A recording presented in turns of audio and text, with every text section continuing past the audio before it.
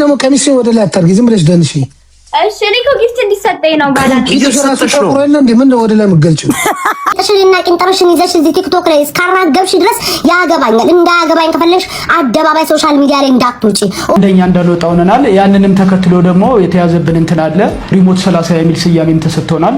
ያንቺ የድስት ጠራራጊና የሳን ጠራራጊ አርገሽ የምትገምቻት የነበረችው ቱቱ ላይቭ ላይ ቂጤ ያለ ፓንት ካልሆነ አይንቀሳቀስልኝም ብለሽ ያለ ፓንት ጥቁር ቂጥሽን ደፋሪ ባህል ደፋሪ ማህበረሰብ ውስጥ ስላሉ ነው። ልጅ ኦን አቨሬጅ የምትበሉትን ምግብ ለይተሽ እየሰጠሽ ስራዋን አጋዤ እያልሽ ብታቆላምጪላት ምን ይሰራላታል? ላንቺና ራሱ እኔ አሁን ሴቶች እንደሚንጫጩብሽ አረ አሁን ይሄንን ወንድ ጠብሳ ምን ይመስላል? አቤት ከዚህ ጋር ትጋደማለች።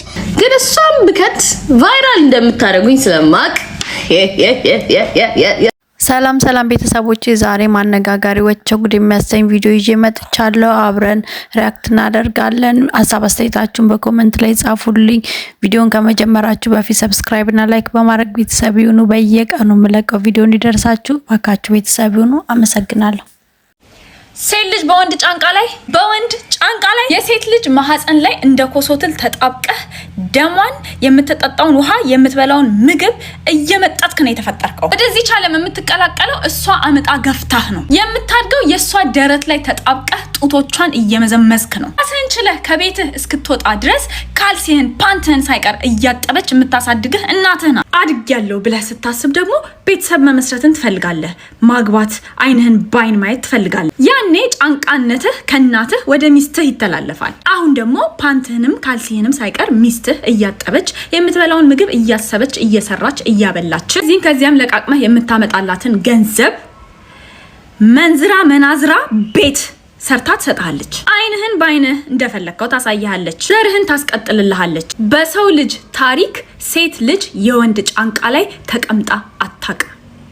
ወንድ ነው የሴት ጫንቃ ላይ የሚቀመጠው። ወንድ ነው የሴት ልጅ ጥገኛ። ወንድ ነው የሴትን እጅ፣ የሴትን እግር፣ የሴትን ሰውነት ሲያይ ሲጠብቅ ከሷ የሚኖረው። አሁን ታስቁኝ እንዲምታስቡ ሰዎች ሴቶችን የቤት እመቤት ስለሆኑ የወንድ ጥገኛ አርጋችሁ የምታዩ ሰዎች፣ እሱ እኮ ገንዘብ ብቻ ነው የሚያመጣው። ሌላ ምንም ኮንትሪቢዩት የሚያደርገው ነገር የለም። ስሜታዊ ጫናውን፣ አካላዊ ጫናውን፣ ኢቨን ሴክሹዋል ጫናውን የምትቋቋመው ሴት ናት። ኢሞሽናል፣ ሜንታል፣ ፊዚካል ሌበር ከ90% በላይ ኮንትሪቢዩት የምታደርገው ሴት ናት። ፕሮቫይድ የምታደርገው ሴት ናት። ሴት ነች ፕሮቫይድ እያደረገች የምታኖራችሁ። ገንዘብ እኮ ሰው ሰራሽ ነገር ነው። እንደገና ሴት ልጅ ገንዘብ እንዳታገኝና ገንዘብ እንዳይኖራት የሚያደርግ ሲስተም የፈጠራችሁት እናንተው ናችሁ። እንደዚህ አይነት ሲስተም ከፈጠራችሁ በኋላ ገንዘብ እናንተ ስለምታመጡ ሴት ጥገኛ ነች። ኖ፣ የተፈጥሮ ፓራሳይት ናችሁ፣ ጥገኛ ናችሁ እናንተ። ቤተሰብን ገንዘብ አይደለም የሚያስተዳድረው። FYI ፌሚኒዝም ሴቶች ኑሯቸውን እንዲታገሉ እራሳቸውን እንዲችሉ የሚያደርግ እሳቤ ነው። ሊትራሊ ፌሚኒዝም ምን አትበይ። ፌሚኒዝም የምንልበት ምክንያት ያ ነው፣ ሴቶች እራሳቸውን እንዲችሉ። You're literally the ultimate parasite, bitch. እሺና ቂንጠርሽን ይዘሽ እዚህ ቲክቶክ ላይ እስካራገብሽ ድረስ ያገባኛል። እንዳያገባኝ ከፈለሽ አደባባይ ሶሻል ሚዲያ ላይ እንዳትውጪ። እወጣለሁ ካልሽ ይተነተናል፣ ይበተናል። እናንተ ስለኔ ቂጥ፣ ስለኔ ጡት፣ ስለኔ ፊት፣ ስለኔ አገጭ ስትበታትኑና ስታወሩ ማንንም ተቆጭ አልነበራችሁም። ከሀ እስከ በ ዝርዝር አድርገናል። እስኪ ማን አባቱ ያስቆመኛል እናያለን። ምን አባሽ ብትሪ፣ ጌታ አባሽ ብትሪ ምንም አባታችሁ አታመጡም። አብራራለሁ። ከዛ ልጅቷ ከዛ ይሄ እኮ እንደዚህ የሚሉት እኮ ለምን ቂንጥራ አላየንም ነው እኮ አሁን ጮታቸው። ዳቦ ግልብጥ ብሎ ጋይስ መዳሪያለን ያሳያችሁ። ቂጡ ይጥቋር። ሁላችንም የሀበሻ ቂጣችን ጥቁር ነው። ጉልበት ሁሌ ነው የምላችሁ። የሀበሻ ጉልበት ቂጡ፣ ብብቱ፣ ዳቦ ጥቁር ነው። ሀበሻ በአጠቃላይ አንገታችን ጥቁር ነው። ለምን እንደሆነ አላውቅም። የሆነ ቦታ ላይ ነው ቀይ ቀይ ያለብን ማለት ነው። ቀይ ራሱ የምትሏት ዳቦ አሻሮ ነው፣ ማሰሻ ነው የሚመስለው። ምን ያጨስ ይጨፍር አላውቅም። ብቻ ከዛ አሁን እቺ ልጅ ግልብጥ ብላ ቂጣን አውርጥታ አንድ አሁን እዚህ እዚያው አላያችኋትም? እንደ ወደ ቤት ነበር እንቁ ተሰብስበን ሼርሽኔማ ተውኝ። ከዛ ጥቁር ቂጣን እንየው ለምደነዋል። የራሳችንም ጥቁር ነው ከነ ጸጉሩ። ጸጉሩ ይበተናል አልኳችሁ ማለት ወሬ ሰውራ ማለት አይበተንም ግን ጋይስ አይቻለሁ ጸጉሩን ያለ ፓንት ለምን ያለ ፓንት የምትደንሽ ትባላለች እንትን ስለሆንኩኝ ምንድነው ቂጤ ስለማይወዛወዝ እና ሱሪ አድርገን ቂጣችንን እናስጨፍራል ቱታ አድርገን ቂጣችንን ይጨፍራል ምንም ብናረግ ቂጣችንን ይጨፍራል ግዴታ ፓንት ስላለበሽና አጭር ቂጥሽ ሙኒጤሽን ስላውጣሽ ዛሬ አይደለም የሚጸጽትሽ ሁለቷን የተናገረችው ማናት መቅደስ ቀንተሽባት ነው መቅደስ እጀ መሰለ ቂጥ አላት ጋንግሪን የሚያስይዝ ቂጥ አላት አሁን የመቅደስ ቂጥ ብታዩት ጋንግሪን ነው የሚይዛችሁ 3-4 ያትናገሩም አፋችሁ ይቆለጣጥፋል ቂጥ ብላችሁ ነው የምትቀሩት በሷ ቂጣውን በዛች ሙኒት የምትርስ ሙኒት መቅደስ አትቀናም ግን ለራሷ ብላ ነው ላይክ ያንን የሚያህል እንትንሽን ሸፍኝና ጨፍሪ አለቻት ከዛ አንዱ ገስት ላይ አለ አንዋደድም እኔና እሱ ሲጀመር ማለት ነው ከዛ ገስት ላይ ሰሞኑን በእንተዋወቃለን ኢቢኤስ ላይ ጨዋታ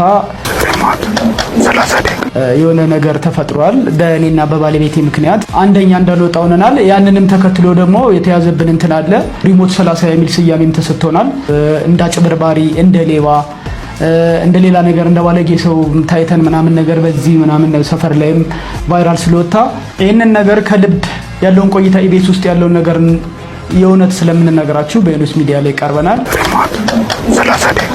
ያው እንደምታውቁት ሪሞት 30 እየተባልን ነው መንገድ ላይ ሙሉ ነገር ከኢቢኤስ ገብተን እስክንወጣ የተፈጠረውን ነገር ለመናገር በዩኒስ ሚዲያ መተናል ሁሉንም ነገር እንነግራችኋለን የተፈጠረውንም እኛ ያልንበትንም ምክንያት እንነግራችኋለን በዩኒስ ሚዲያ ጠብቁ ሪሞት 30 ይሄ ሁላ ነገር ምንድነው ምንም አደርስም ያንቺ የድስት ጠራራጊና የሳን ጠራራጊ አርገሽ የምትገምቻት የነበረችው ቱቱ አሁን ሁማኔር መሸጥ ጀመረች ባልትና መሸጥ ጀመረች እየወጣች እና በጣም ቆጨሽ ባይዘው እኔ እኮ ሁሉ ቀን የኬኳ አሳዳጊ ሆና ብለሽ የሆነ የሳልሻት ቦታ ነበር ከስዕሉ ወጣችና አብስትራክት ሆነችብሻ አረ ግን ጋይስ ሰው ግን የጣሉትን ሲያነሱበት እግዚአብሔርን አይወድ ሄ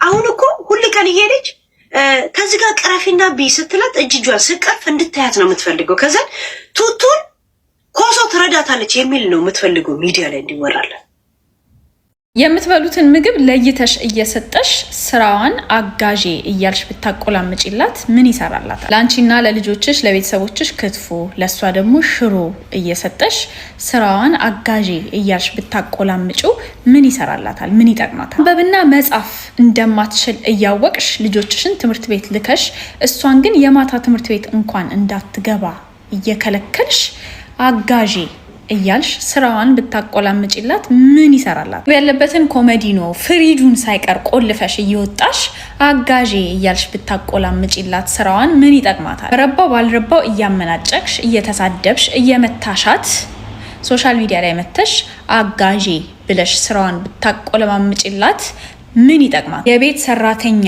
የሚለውን ስም ስድብ ያደረግነው እኛን የቤትን ስራ ስለምንቅ የቤትን ስራ የሚሰሩትን ሴቶች ስለምንቅ ራስሽን ከሷ የተሻልሽ አድርገሽ ነው የምታዩ ከሷ ሱፒሪየር አድርገሽ ነው የምታዩ የበላይነት ስሜትሽን ታንጸባርቂያለሽ የቤት ሰራተኛሽ ላይ ለዛ ነው የቤት ሰራተኛ የሚለው ቃል አሁን ላይ እንደ ስድብ እየተቆጠረ ያለው ሰራተኝነት ክብር ነው ሰራተኛ ማለት ስራ የሚሰራ ሰው ማለት ስራ ደግሞ ትንሽም ትልቅም የለው ሰራተኛ የሚለውን ቃል ወደ ስድብ ከቀየር ነው በኋላ እና ወንዶችም ሴቶችም ስፔሻሊ ሶሻል ሚዲያ ላይ ሰዎችን እየመጡ የቤት ሰራተኛ ነው የምትመስዩ እያሉ መስደቢያ ካደረጉት በኋላ ድጋሚ ደግሞ አይ ይሄ ልክ አይደለም ሞራል ይነካል ብለን እሺ አጋዥ ወደሚለው ቃል ቀየር ነው አሪፍ በጣም ጥሩ ግን ምን ይጠቅማታል ለሷ ምን ያግዛታል እንድታውቅ ያረጋታል በእውቀት ራሷን እንድትችል ያደርጋታል ነገ የተሻለ ህይወት እንድትኖር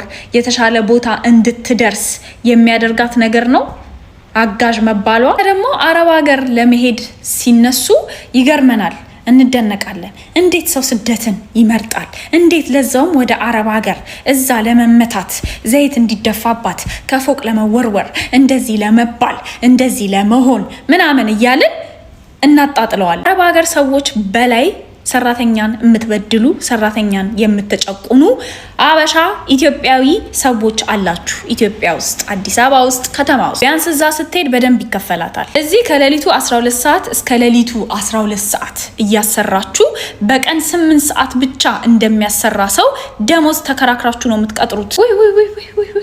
ወይ ሰራተኛ በጣም ተወዷል፣ በጣም ተወዷል።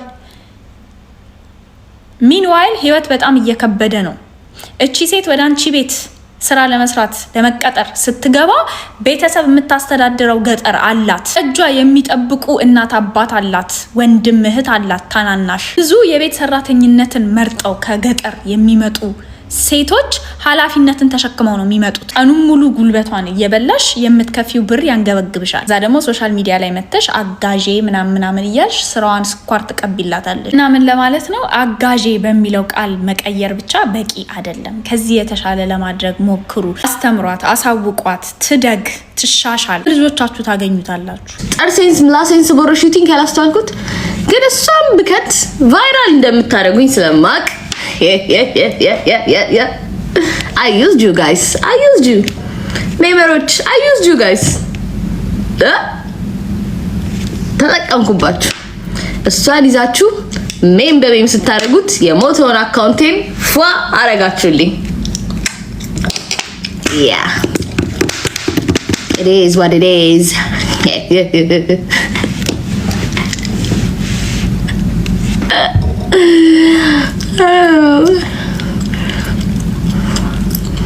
እንዴት እንደምወድሽ ቆኒ በጣም ነው የምወድሽ።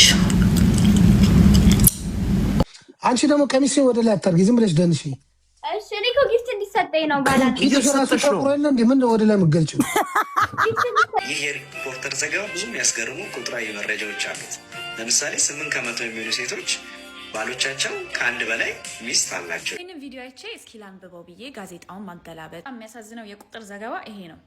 የመጀመሪያ ወሲባዊ ግንኙነት በማድረግ ሴቶች በ17 ዓመታቸው ወንዶች ደግሞ በ22 ዓመታቸው እንደሚጀምሩ ያስረዳል። ማለትም ሴቶች በ17 ዓመታቸው ወሲብ መፈጸም ይጀምራሉ፣ ወንዶች ደግሞ በ22 ዓመታቸው ወሲብ መፈጸም ይጀምራሉ ኦን አቨሬጅ። ይህንን ዘገባ ይህንን ቁጥር ሰምታችሁ አውቶማቲካሊ ጭንቅላታችሁ ውስጥ የመጣው ሴቶች ባልገዋል፣ ሴቶች በጣም ቸኩለዋል ለሴክስ ምናምን የሚል አመለካከት ከሆነ በጣም ብዙ የማታውቁት ነገር አለ። ሴቶች ስለባለጉ ስለጎረመሱ የሆነ አይነት ስሜታቸውን የመቆጣጠር ችግር ስላለባቸው አይደለም። አቨሬጅ ሴክስ የሚጀምሩበት እድሜ ከወንዶች ያነሰው እና ደግሞ ከ18 ዓመት በታች የሆነው ሴቶች ህፃናትን ታርጌት የሚያደርግ ደፋሪ ባህል ደፋሪ ማህበረሰብ ውስጥ ስላሉ ነው። ሴት ልጅ ኦን አቨሬጅ ከ9 ዓመቷ ጀምሮ ትለከፋለች፣ ጎነተላለች። ወሲብ ቀስቃሽ ንግግሮች እና ወሲብ ቀስቃሽ ንክኪቶች ይደርሱባታል። ቦይፍሬንድ ስለ ወንድ ስለ ሴክስ ምንም እውቀት ሳይኖራት ወደዛ የሚገፋፉ አመለካከቶች ይጫኑባታል። ገና ጡት ስታወጣ ገና ዳሌ ስታወጣ አንቺማ ብረት መዝጊያ የሚሆን ባል ታመጫለሽ እያላችሁ ስለ ትዳር ስለ ባል እንድታስብ ታረጋላችሁ። ሚጣ ስታድጊ ልምጣ የሚል አጎት፣ ሚጣ ስታድጊ ልምጣ የሚል የሱቅ ባለቤት፣ ሚጣ ስታድጊ ልምጣ የሚል የሰፈር ሽማግሌ አይጠፋም። በዙሪያዋ እውቀት ብታሳውቋት፣ ሙያ ብታስለምዷት፣ ኮንቲኒየስሊ የምትነግሯት ያንን እውቀት የምታሳውቋት ያንን ሙያ የምታስይዟት ለባሏ እንድትሆን ነው። ትን ልጅ ህይወትን ሀብላ ሳትጀምር ጀምራችሁ ለወንድ ምቹ እንድትሆን እያደረጋችሁ ትቀርጿታላችሁ። ስለዚህ እድሜዋ ለሴክስም ለወንድም ለምንም ዝግጁ ሳይሆን ሴክስ ውስጥና ወንድ ውስጥ ትገባለች። መቆም ምን ማለት እንደሆነ ገና ሳታውቅ ቆመሽ እንዳትቀሪ እያላችሁ ታስፈራሯታላችሁ። እነዚህ በ17 ዓመታቸው ኦን አቨሬጅ ሴክስ ይጀምራሉ የተባሉ ሴት ልጃገረዶች ባይ ዘ ዌይ ፈልገው አይደለም ሴክሱን የሚያደርጉት፣ ጫና ተደርጎባቸው ነው። ገና የሃይ ስኩል ተማሪ የሆነችዋን ሴት ልጅሽን ታርጌት የሚያደርገው ሰውዬ ከ25 ዓመት በላይ የሆነ ትልቅ ሰው ነው። ፍቅር ያውቃል፣ ስለ ሪሌሽንሽፕ ያውቃል፣ ስለ ሴክስ ያውቃል። እሷ ምንም የምታውቀው ነገር የለም። ማኒፕሌት መደረግ አትችልም ብለሽ ነው የምታስቢው? አትሸወድም ብለሽ ነው የምታስቢው? ልጅሽ ሴት ልጆቻችሁን ጠብቁ፣ ሴት ልጆቻችሁን ጠብቁ፣ ሴት ልጆቻችሁን ምከሩ። ስለ ትዳር አይደለም፣ ስለ ባል አይደለም፣ ስለ ሴክስ አይደለም። ልትነግሪያት የሚገባው መማር እንዳለባት መስራት እንዳለባት እነዛ ነገሮች ላይ ፎከስ ማድረግ እንዳለባት እራሷ ላይ ፎከስ ማድረግ እንዳለባት ነው ልትነግሪያት የሚገባው። እንድትቀርብሽ እንጂ እንድትፈራሽ አታድርጊ። ሚስጥረኛዋ እንጂ ተቆጪዋ አቱኝ። ስድብና በምት ስላስፈራራሻት ትሰማሻለች ማለት አይደለም። በማስፈራራት የትኛዋንም ሴት ህይወት አታድኝም። ሴት ልጆቻችሁን ፕሊዝ ጠብቁ። አትበጥብጡኝ ውዶቼ፣ ስሙኝማ እኔ ያላየኋቸውም ራሱ መግባታቸውን አዳምጡኝ። አሁን ማቲ ቤት ላይቭ ላይ ቂጤ ያለ ፓንት ካልሆነ አይንቀሳቀስልኝም ብለሽ ያለ ፓንት ጥቁር ቂጥሽን ጥቁር መሆኑ ይሁን ከነጸጉሩ እየበተሽ ስታሳይን የነበረ ልጅ አለሽ። ግዴታ አጭር ልብስ መልበስ የለብሽም። ሰውነትሽን ነፃ አድርጊው፣ ይንቀሳቀሳል። ለቂጥ ማሳይ ቀላለሁ ቀላ አይታችኋት ጋር ጸጉሯን ላያችን የጨገሯን እየበተነች ለገዱ ወሱባ መሻሪ አለፋ ነማ መዚባ መሻሪ አለፋ والله ما بنسى نما መዚባ